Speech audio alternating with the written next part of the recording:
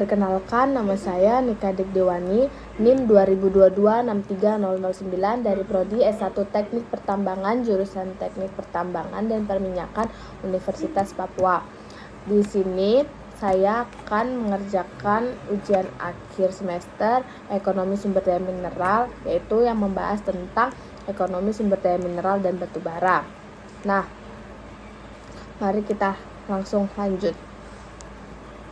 Nah, langsung saja yang pertama yaitu ekonomi sumber daya mineral dan batu bara adalah cabang ekonomi yang mempelajari bagaimana sumber daya alam khususnya mineral dan batu bara dapat dimanfaatkan, dikelola dan diperdagangkan secara efisien dan berkelanjutan.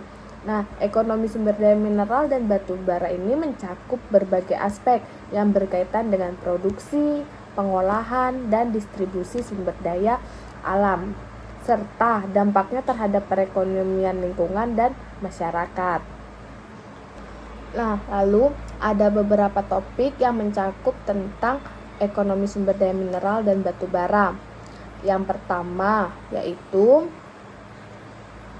pendahuluan ekonomi sumber daya mineral. Jadi, sumber daya alam adalah segala sesuatu yang disediakan oleh alam digunakan untuk manusia dan untuk memenuhi kebutuhannya. Nah, sumber daya alam ini dapat dibagi menjadi dua, yaitu sumber daya terbarukan dan sumber daya tidak terbarukan. Contoh dari sumber daya terbarukan seperti air, hutan, dan biomasa. Sedangkan sumber daya yang tidak dapat terbarukan yaitu seperti mineral, batu bara, minyak bumi, dan gas alam.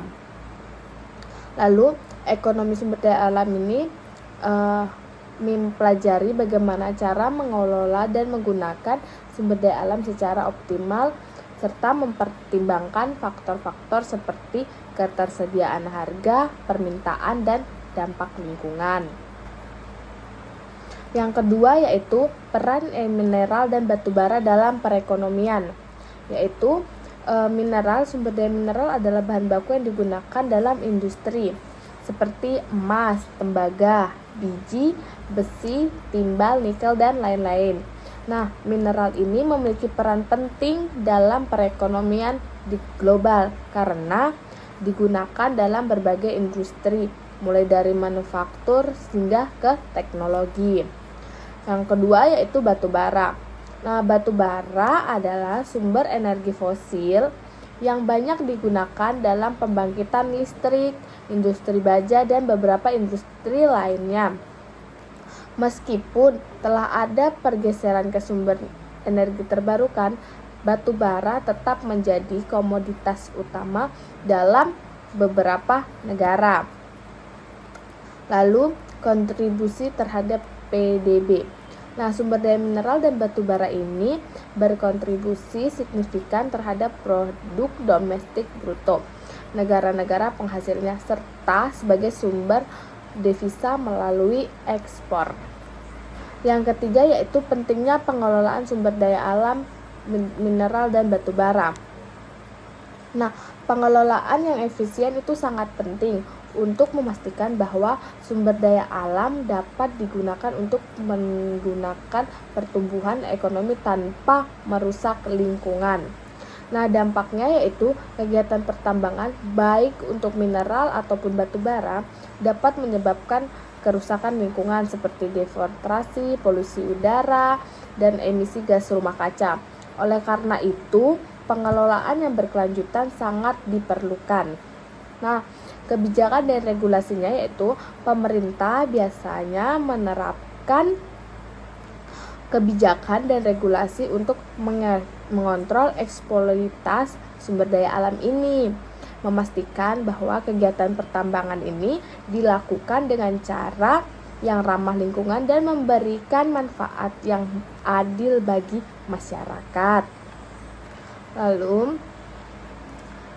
cadangan mineral merupakan total jumlah mineral yang dapat ditambang dari bumi.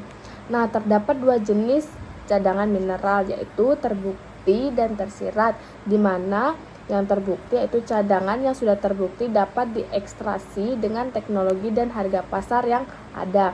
Sedangkan tersirat yaitu cadangan yang diestimasi berdasarkan pengeboran atau geologi namun belum terkonfirmasi sepenuhnya atau belum memenuhi aspek-aspek yang sebelumnya. Lalu, keterbatasan sumber daya. Nah, mineral termasuk dalam sumber daya yang tidak dapat terbarukan, yang berarti cadangannya terbatas. Nah, oleh karena itu, ada perdebatan antara mengenai beberapa lama cadangan mineral dapat bertahan dan bagaimana mengelola penggunaannya. Lalu yang kelima yaitu permintaan batu bara. Nah, sebagian besar permintaan batu bara itu berasal dari sektor energi, terutama untuk pembangkit listrik dan industri baja. Nah, itu batu bara juga digunakan dalam gasifikasi dan pembentukan produk kimia. Lalu, pasar batu bara global, di mana harga batu bara itu dipengaruhi oleh faktor, termasuk permintaan dari negara-negara besar, seperti contohnya di Tiongkok, negara India, yang mengandalkan batu bara itu sebagai sumber energi dari mereka, sumber energi utama mereka. Lalu yang keenam yaitu di mana ekonomi, lingkungan, dan kesejahteraan sosial. Nah, pengelolaan sumber daya alam berkelanjutan ini penting untuk menerapkan prinsip-prinsip ekonomi berkelanjutan dan pengelolaan sumber daya mineral dan batu bara ini yang meliputi konservasi sumber daya, penerapan teknologi bersih, dan pengurangan dampak negatif terhadap lingkungan. Lalu, pembangunan sosial. Pengelolaan yang baik dapat meningkatkan kualitas hidup masyarakat melalui penciptaan lapangan kerja, peningkatan infrastruktur, dan penerimaan negara dari sektor pertambangan yang dapat digunakan untuk membangun sosial. Nah, yang ketujuh yaitu ada model ekonomi dalam industri mineral dan batu bara, yaitu yang pertama model ekonomi mikro, di mana menganalisis keputusan individu dalam perusahaan pertambangan seperti pemilihan teknologi, operasional, dan optimalisasi output.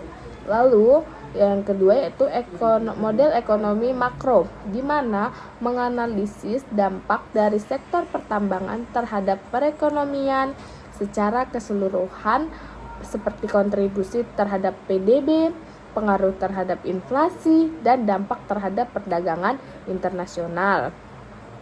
Lalu, peran sektor pertambangan dalam perekonomian, yaitu sektor pertambangan dapat menjadi salah satu penyumbang utama ekspor devisa negara. Nah, serta memberikan lapangan pekerjaan, tetapi juga dapat menyebabkan ketergantungan ekonomi terhadap satu sektor.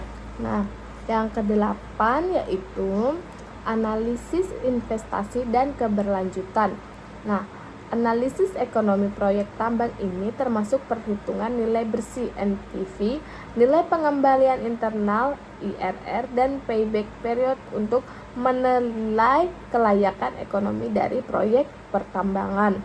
Terus, risiko dan ketidakpastian ini terkait fluktuasi harga komoditas, perubahan kebijakan pemerintah, dan faktor-faktor eksternal lain, contohnya seperti adanya bencana alam atau teknologi. Nah, perlu dipertimbangkan dalam analisis ekonomi sumber daya mineral dan batu bara. Yang kesembilan yaitu tren dan isu terkini dalam ekonomi mineral dan batu bara, yaitu peralihan energi terbarukan. Nah, adanya tekanan global untuk mengurangi ketergantungan pada energi fosil, nah termasuk batu bara, mendorong peningkatan investasi dalam teknologi energi terbarukan. Terus, penurunan permintaan batu bara. Beberapa negara mulai mengurangi penggunaan batu bara. Nah, dikarenakan adanya masalah polusi dan perubahan iklim yang dapat mempengaruhi pasar batu bara global. Lalu, perkembangan teknologi. Inovasi teknologi dalam eksplorasi, ekstraksi, dan pengolahan mineral dan batu bara dapat meningkatkan efisiensi dan mengurangi dampak lingkungan.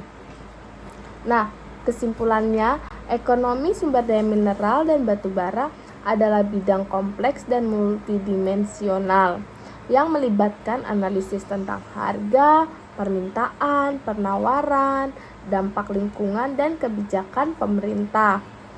Nah, penting bagi negara dan perusahaan untuk mengelola sumber daya ini dengan bijak dan berkelanjutan agar dapat memberikan manfaat jangka panjang baik untuk perekonomian maupun untuk kesejahteraan sosial dan lingkungan. Nah, itulah tadi pembahasan tentang ekonomi sumber daya mineral dan batu bara. Cukup sekian, terima kasih.